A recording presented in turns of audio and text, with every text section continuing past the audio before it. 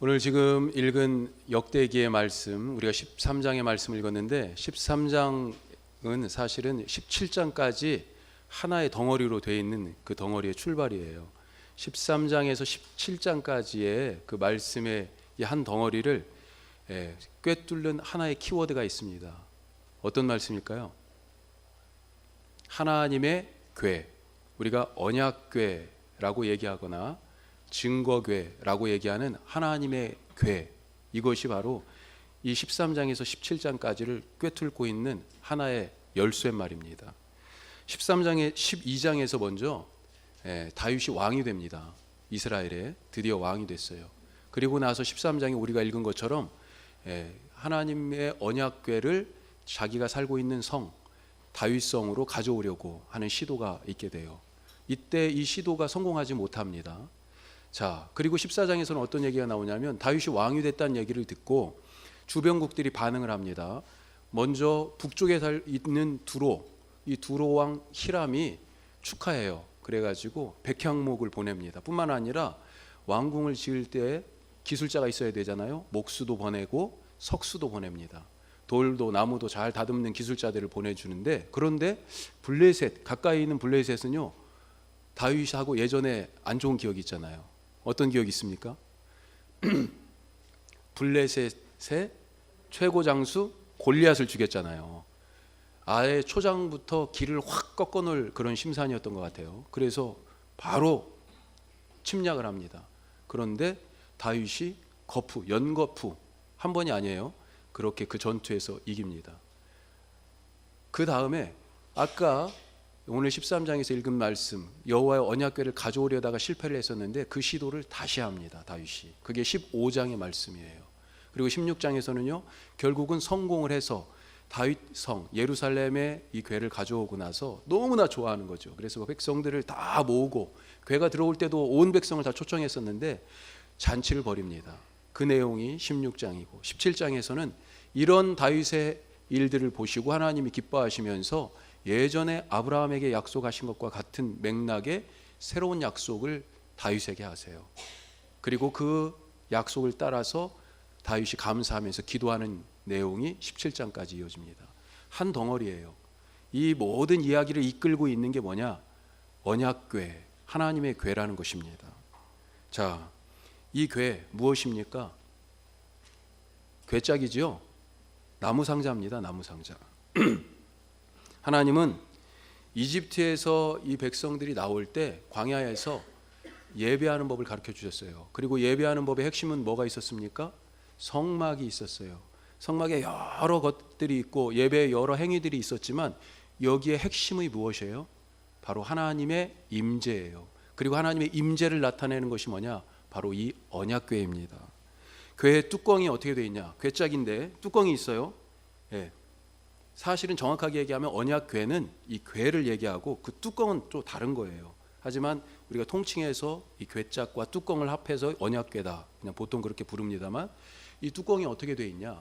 천사, 그룹이라고 이름하는 천사 둘이 양쪽에서 날개로 이렇게 덮고 있는 형상이에요. 거기에 하나님이 내가 거기에 임재하겠다. 그래서 이 언약궤 그 뚜껑을 속죄소라고 얘기하는데, 속죄소라는 그룹이 이렇게 덮고 있는 뚜껑을 덮은 이 언약궤를 어디예요? 하나님이 임재하신다라고 하는 곳. 그래서 성막 안에서도 가장 거룩한 곳, 지성소라고 얘기하죠. 커튼을 친 그 안쪽에 거기에다 두었던 것입니다. 오늘 말씀에서도 비슷하게 얘기하고 있어요. 6절 보니까 6절 한번 보세요.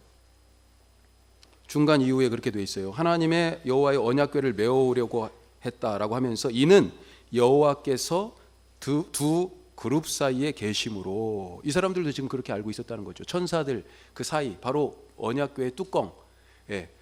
하여튼 지금 어떻게 생각하면 좀 유치한 얘기 같죠.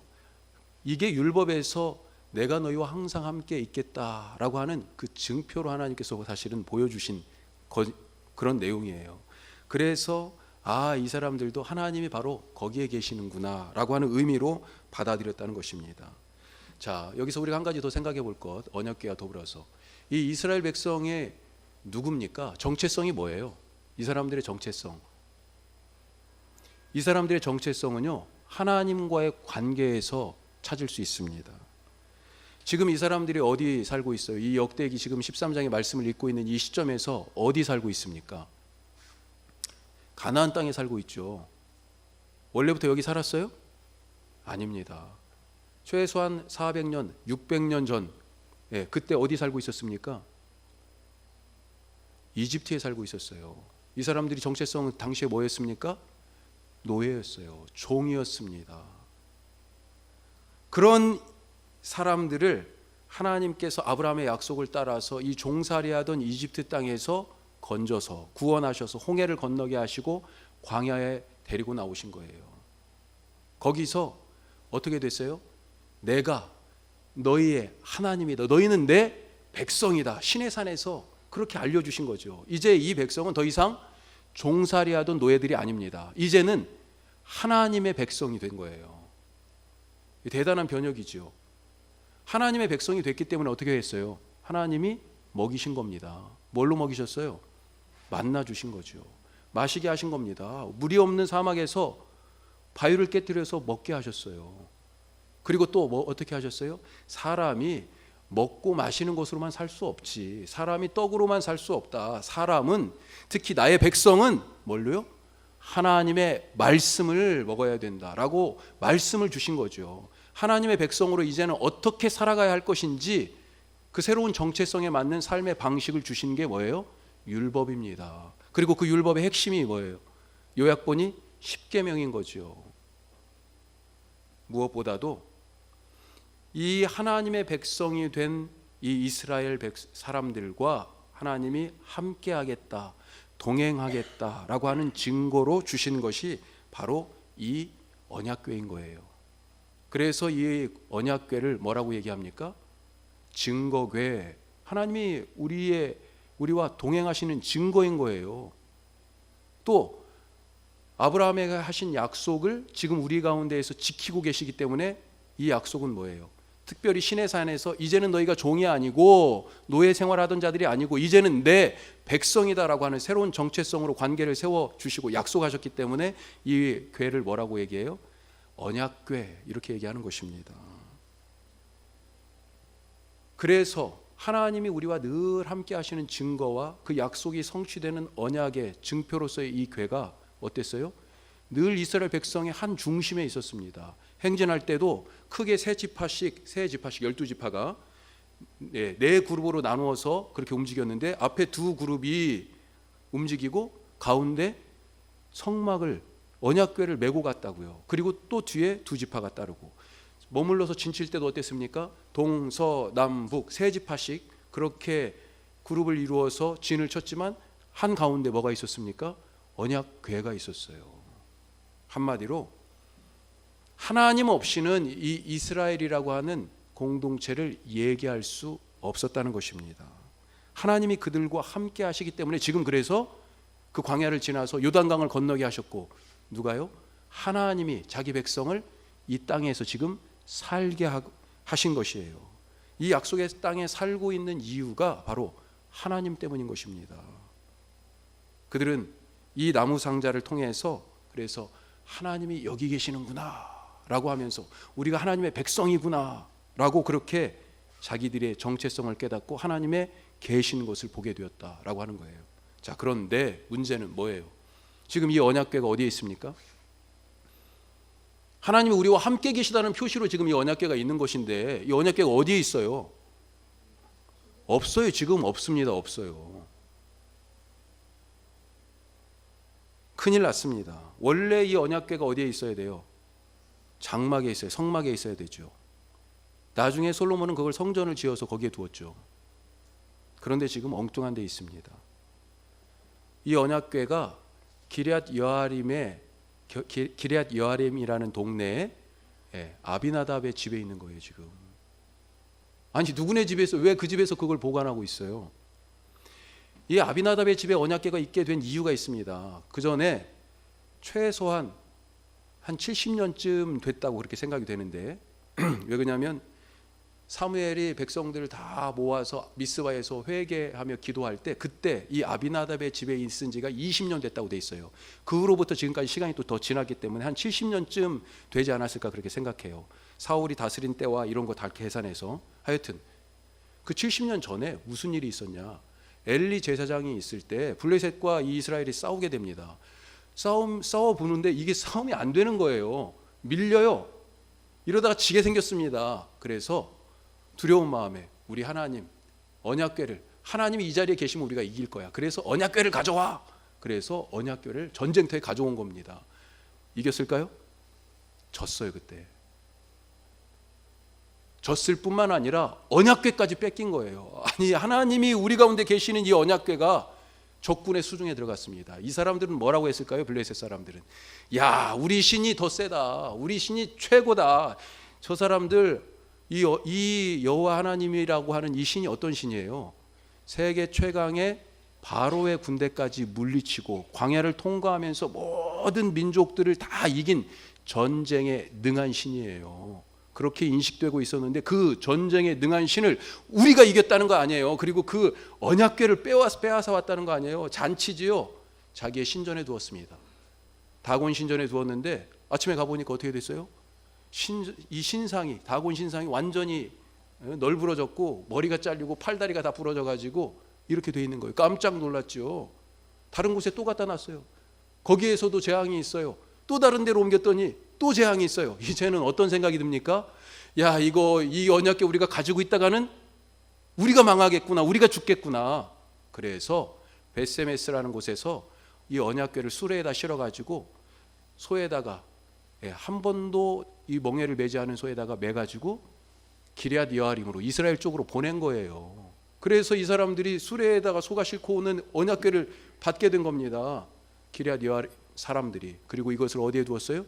아비나답의 집에 둔 거예요. 그때로부터 지금 이렇게 많은 시간이 70년쯤 되는 시간이 지난 겁니다. 시편 132편에 보면 뭐라고 되어 있냐면 하나님의 궤를 찾는 듯한 그런 내용이에요. 그런데 뭐라고 되어 있냐면 이 궤를 나무밭에서 찾았다, 이런 얘기가 나옵니다. 이 두 얘기를 아비나답의 집에 몇십 년간 방치되어 있었다, 그리고 이 궤를 나무밭에서 찾았다라고 하는 것을 연결해 보면 어때요? 지금 그 집에서도 잘 모시고 있었던 게 아니에요. 어디 헛간 같은 데 두었든지 허름하게 그냥 이게 하나님의 궤로서의 존재 가치를 지금 인정받지 못하고 있었다는 것입니다. 사람들은요, 궤가 어디 있는지 관심도 없습니다. 지금 그렇게 버려지고 그렇게 방치되고 있는지에 대하여 책임감도 없어요. 하나님의 궤가 이렇게 방치되고 있었다, 어디에 있는지도 몰랐다. 이것을 무엇을 얘기하고 있는 걸까요? 하나님이 방치되고 있었던 것이고 하나님이 백성들에게서 잊혀지고 있었다는 증거 아니겠습니까? 이스라엘 백성들이 사실 끊임없이 왕을 요구했어요. 자기들이 지금 이렇게 두렵고 힘들게 사는 이유가 왕이 없기 때문이라고 생각한 것입니다. 자, 왕이 있으면 어때요? 용맹한 왕이 있으면 안전하게 지켜주죠. 지혜로운 왕이 있으면요, 먹고 사는데 부족함이 없죠. 우리에게도 그런 왕을, 아니 옆에 보니까 블레셋 작은 도시들도 다 왕이 있어요. 원래 나왔던 어디예요? 종살이하던 땅이었지만 이집트에도 왕이 있었잖아요. 광야를 통과해서 올 때도 모든 민족마다 다 자기 나라에 왕이 있었어요. 그런데 우리만 왕이 없습니다. 왕을 세워주세요. 왕이 있으면 안전할 것입니다. 왕이 있으면 우리가 먹고 사는 거 걱정하지 않겠습니다. 왕을 세워주세요. 왕이 세워지면 모든 문제가 풀어진다라고 생각했습니다. 그래서 사울을 왕으로 결국 세웠잖아요. 하지만 이 왕이 어떻게 됐어요? 전사했습니다. 비참하게 죽었습니다. 목이 잘려서 성벽에 목이 걸렸어요. 그의 갑옷은 우상의 이방의 그 신전에다가 봉헌됐습니다. 전리품으로. 그리고 나서 이제 다윗을 다시 왕으로 세워요. 하지만 진짜 왕이신 하나님은 지금 이 백성들이 모른 척하고 있다는 것 아닙니까? 눈에 보이는 왕은 세우려고 하는데 진짜 왕이신 하나님은 지금 모른 척하고 있는 거예요. 모든 문제는 왕이 없어서 생긴 것이 아니라 진짜 왕이신 하나님의 임재가 없어서 생긴 것인데, 지금 이 백성 중에 하나님이 여기 계시다라고 하는 것을 나타내는 언약궤가 없습니다. 하나님의 임재가 없어요. 문제는 거기서 생긴 것입니다. 오늘 3절 말씀을 한번 보십시오. 왜 이 언약궤를 가져오자고 하는지 그 이유가 하나 나와 있습니다. 이렇게 돼 있어요. 우리가 우리 하나님의 궤를 우리에게로 옮겨오자. 같이 읽습니다.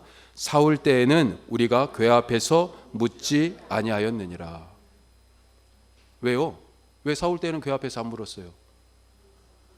왕이 있어서요? 아니, 언약궤가 지금 없다니까요. 예. 어디 있는지도 몰라요. 그리고 맞아요. 왕이 있으니까 왕이 다 해주겠지.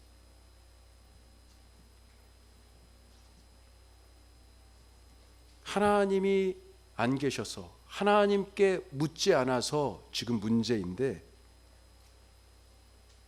사울 왕이 어떻게 했습니까? 하나님께 묻지 않고 자기의 판단과 결정으로 모든 것을 행했어요. 그러니까 문제가 풀어집니까? 아니, 문제 해결해 달라고 지금 왕을 세웠는데 이 왕이 어떻게 됐어요? 비참하게 죽었습니다. 전사했어요. 그렇게 오히려 문제가 더 꼬이게 된 것입니다. 나의 삶에는 하나님의 임재가 과연 있습니까? 문제에 집중하지 마시고 문제의 해결자이신 하나님이 내게 계신지 바라보시기를 바랍니다. 그리고 하나님께 물어보세요. 하나님께 물어봐야죠. 나는 자식을 5이나 키웠기 때문에 자식 키우는 건 내가 전문가죠. 그래서 하나님께 안 물어봅니까? 자식 어떻게 키워야 하는지 하나님께 물어보십시오. 요즘 시중에 여러 육아에 대한 애들을 어떻게 앞으로 가이드하고 인도해야 될지 좋은 전문가들과 그런 지식들, 그런 책들이 많으니까 그거 따라갑니까? 아닙니다. 하나님께 물어봐야 되죠. 내 사업 어떻게 해야 하는지 하나님께 물어봐야 되죠. 우리 청년들에게도 일부 예배 때 그랬습니다. 앞날이 어떻게 될지 우리 청소년 청년들 모르잖아요. 두렵죠? 걱정됩니다. 무슨 일을 하고 살아가야 할지 모르겠어요. 도무지 아무것도. 뭘 전공해야 할지 하나님께 물어봐야죠. 꼬치꼬치 물어보세요. 하나님 귀찮다고 얘기 안 하십니다. 오늘 말씀 다음 장인 14장에 보면 다윗이 사울과 완전히 다른 태도를 보이고 있어요. 하나님께 물어보고 있는 다윗을 만날 수 있습니다. 사울 왕은요, 그냥 혼자 전투하러 갔어요. 이때가 적기야 하면 그냥 갔습니다. 그런데 어떻게 전투하는지 한번 보세요. 14장 10절입니다. 블레셋이 쳐들어왔어요. 자, 14장 10절 앞부분만 같이 한번 읽어볼까요? 자, 10절입니다. 다윗이 하나님께 물어 이르되 내가 블레셋 사람들을 치러 올라가리까. 아멘. 물어보고 있죠. 블레셋이 공격해 왔는데 물어보고 있습니다. 하나님께. 실력이 없어서요? 판단력이 없어서요? 14절 또 보세요. 또 쳐들어왔습니다. 이때 이겼어요. 자, 그리고 나서 또 쳐들어와서 14절. 자, 앞부분 같이 읽습니다. 다윗이 또 하나님께 묻자온대 하나님이 이르시되. 아멘. 물어보니까 하나님이 대답하시잖아요. 특히 이 14절 말씀은요, 아주 세세한 작전까지도 얘기해 주고 계세요. 다윗은 사실 뛰어난 지략가입니다. 전쟁통이에요. 골리앗을 죽인 화려한 이력이 있습니다. 용맹이라면 둘째가라면 서러울 만큼 모두가 추앙하는 그런 전쟁에 능한, 어느 정도 했어요? 사울은 천천히요, 다윗은 가서 싸우기만 하면 만만이요, 모두가 다 벌벌 떨었어요. 전쟁하면 자기예요. 그런데 자만하지 않고 겸손하게 하나님께 물었습니다.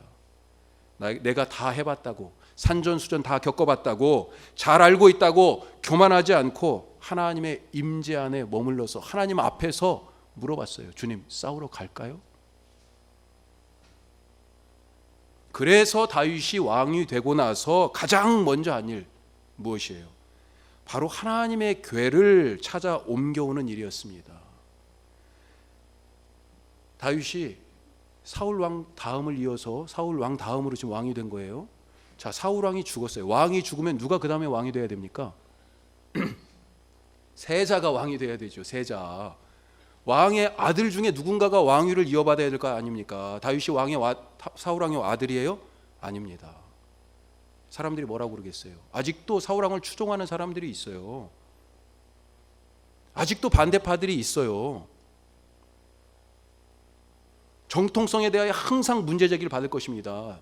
네가 사울 왕의 그 계보를 잇는 왕가를 찬탈한 거지, 너는 정통 왕이 아니야.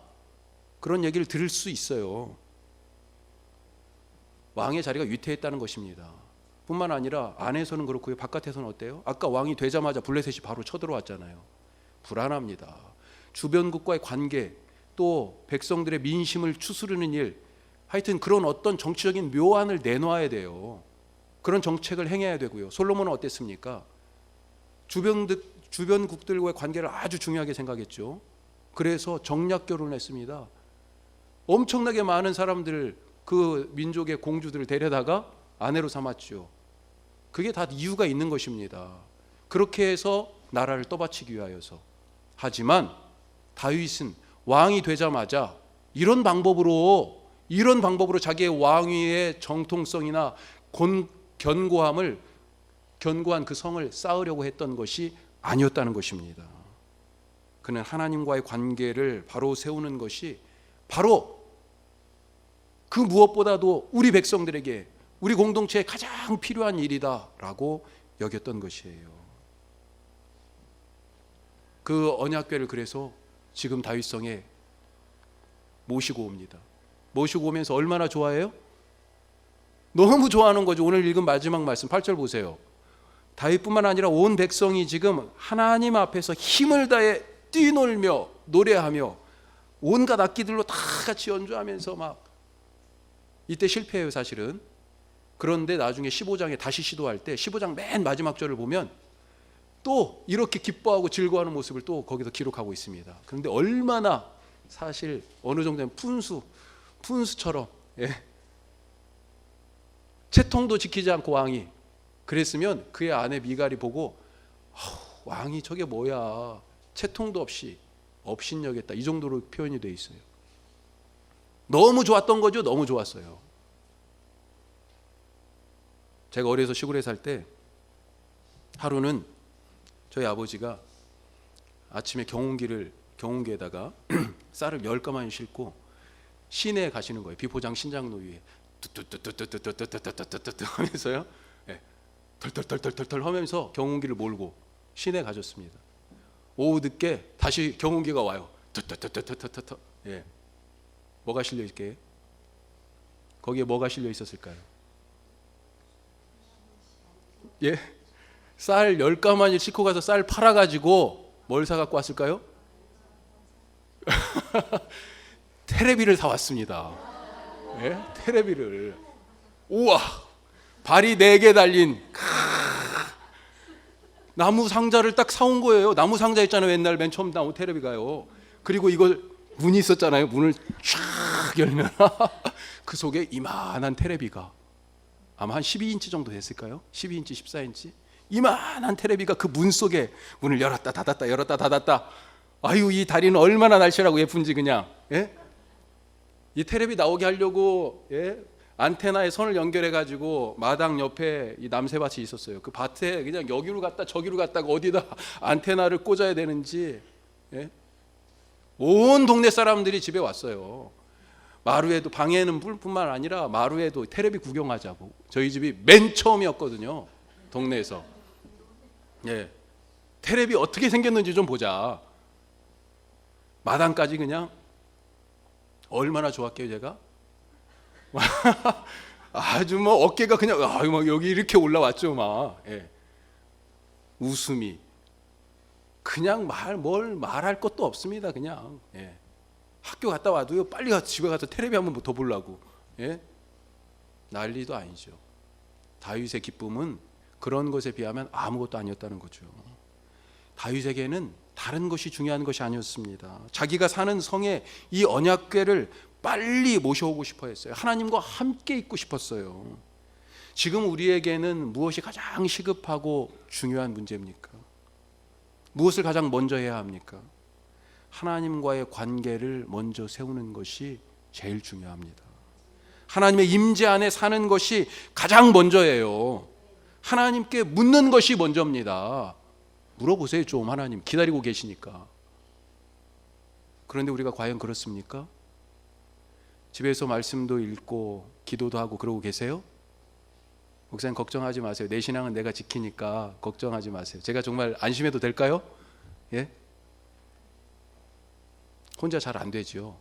그래서 새벽 예배에도, 새벽 기도에도 나오시고 수요일날 저녁에도 나오시고 이렇게 주의를 빠지지 않고 지키는 거예요.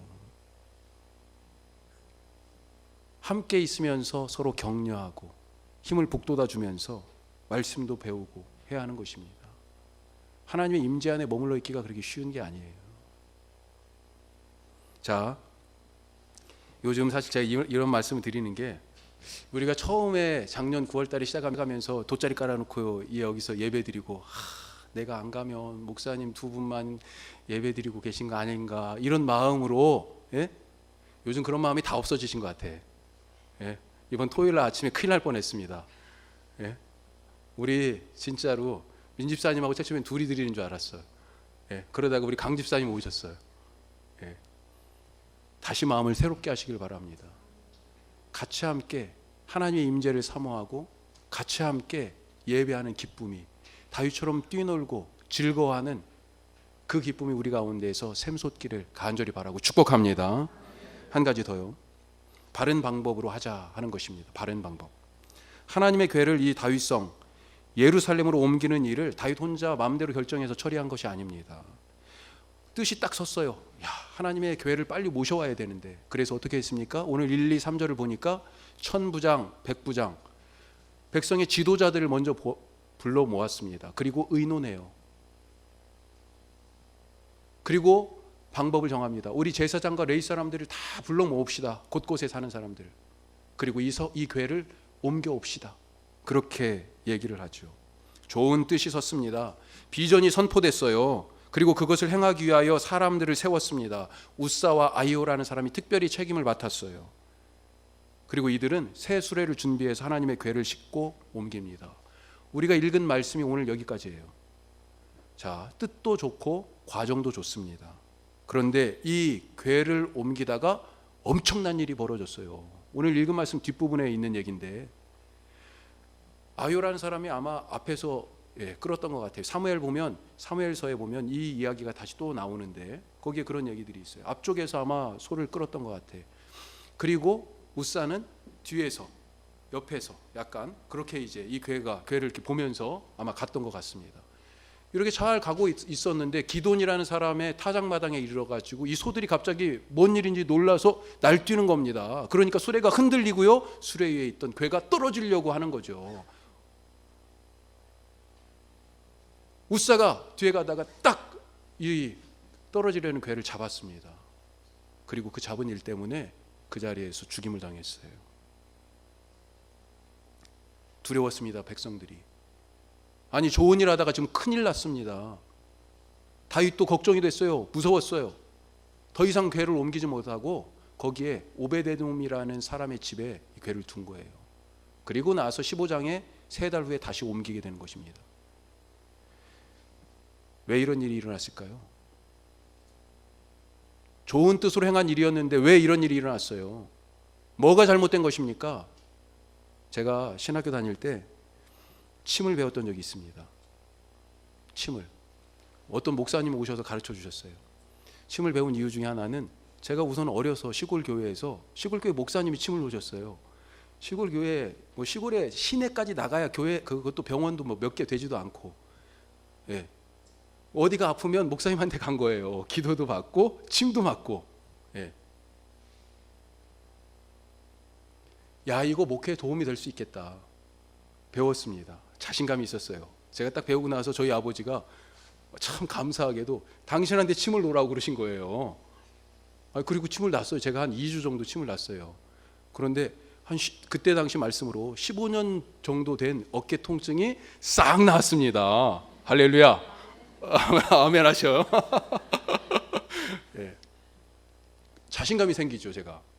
그리고 학교에서 누가 삐었다 그러면 와, 침 놔주고, 예, 피 뽑고 부항도 뜨고요.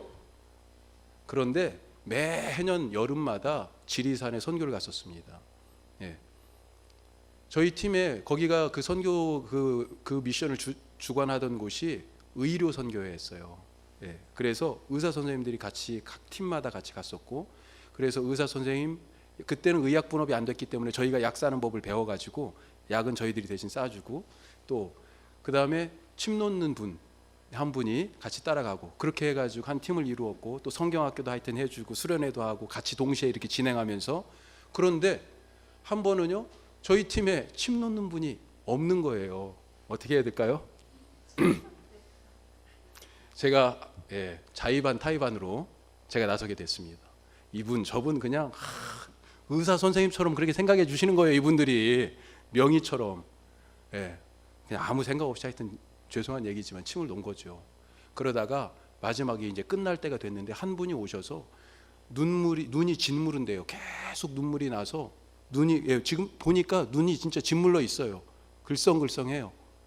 그래서 어떻게 눈 주위에다 막 이렇게 침을 막 놓고, 그리고 이제 왔어요. 그 다음 해 또 갔는데 그분이 저를 알아보시는 거예요. 그때 침 맞고 나았다는 거예요. 할렐루야. 어찌나 감사한지. 제가 자신감을 더 얻었겠습니까? 맞아요. 학교에 와서 또 낫죠 뭐. 그런데 그러던 어느 순간 갑자기 무서운 생각이 확 들었어요. 내가 이러다 사람 잡겠구나. 무슨 큰 사건이 있었던 건 아닌데 갑자기 그런 생각이 확 들어왔습니다. 그리고 그때부터요 딱 끊었어요. 이건 아니야. 이건 내가 할 일이 아니야. 돌팔이가 사람 잡는 거죠, 사실. 한두 번 나은 것 때문에 사실은 유혹이 되는 거죠. 선무당이 사람 잡는다. 우리 말에도 옛말에도 그런 말이 있잖아요. 어설픈 돌팔이, 사람 고치는 것이 아니라 사람 죽입니다. 좋은 뜻으로 하는 거잖아요. 다친 사람들, 제가 무슨 돈을 받고 해준 것도 아니고 내가 알고 있는 지식과 경험을 다 동원해서 그런 긍휼의 마음으로 침을 놓은 거예요. 좋은 뜻, 좋은 과정. 하지만 정말로 이것이 바른 방법인지. 자, 이 궤를 실어 날랐어요. 하나님 언약궤를. 왜 실어 날랐습니까? 그런데 왜 이 궤를 실어 날랐는데 왜 수레에다 실어 날랐어요? 이게 사실은 뜬금없는 방법이에요. 궤를 옮기자는 좋은 비전이 선포되고 사람들의 뜻도 다 모아졌습니다. 불만이 없어요, 모두가 다. 그런데 궤를 딱 옮기려고 하다 보니까 어떻게 옮기지? 이런 생각이 든 거죠. 그러다가 무슨 생각이 들었어요? 전에 내려오는 이야기가 생각난 거예요. 지금 한 70년쯤 됐다고 그랬잖아요. 그때 우리 동네에 이 궤가 온 게 아비나답의 집에 그 나무밭에 지금 방치되어 있지만 거기에 있게 된 것이 바로 벳세메스에서 블레셋 사람들이 수레에다 실어가지고 우리한테 보냈었지. 그게 생각이 난 것입니다. 그것을 따른 거예요. 맞습니까? 원래 율법에는 어떻게 돼 있어요? 사람들이 궤가 채에 꿰어서 사람들이 매도록 되어 있습니다. 수레에 싣는 쉬운 방법이 아니라 사람들이 메고 가는 바른 방법으로 했어야 되는 거예요. 더 어처구니 없는 것은 뭐예요? 이 일을 지금 누가, 거기에 제사장과 레위 사람들이 다 있는 거예요. 아무도 어떻게 이 궤를 옮겨야 되는지 지금 모르고 있었다는 것입니까? 이 사람들은 직무를 위반한 거예요. 아니, 제사장이, 레위인이 궤가 옮겨지는데 어떻게 옮겨지는지도 모르고 그렇게 서 있었다면 이게 바로 지금 이스라엘의 영적 상태를 나타내 보여주는 것 아니겠습니까? 목사가 성경도 알지 못하고 교회도 알지 못하고 설교하고 있다면 그게 무슨 일이에요? 누가 불행한 일입니까? 우리 성도님들 모두가 불행한 일이잖아요. 교회가 망하는 길이죠.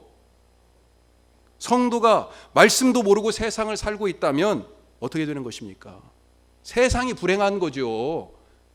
세상에 탈출구가 없는 거죠. 구원의 희망과 가능성이 없는 거죠. 바른 길이 아니라 쉬운 길을 선택하며 그러면 살 수밖에 없습니다.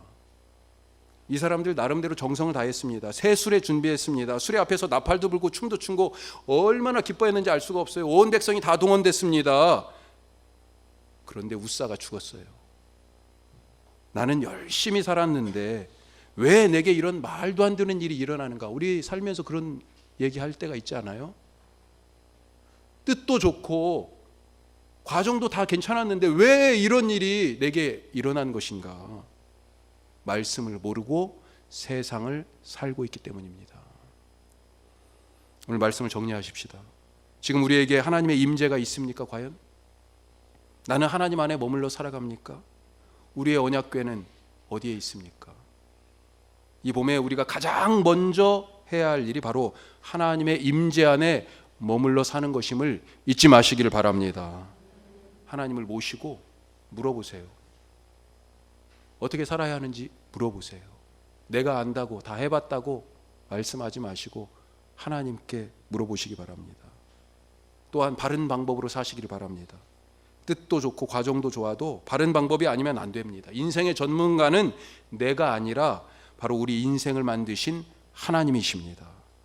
말씀과 기도 없이는 인생 매뉴얼을 읽을 수가 없고요, 하나님의 계획, 내 삶에 대한 하나님의 계획을 알 수가 없어요. 말씀과 기도로 바른 인생 그 길을 걸어가시기를 주님의 이름으로 축복합니다. 기도드리겠습니다.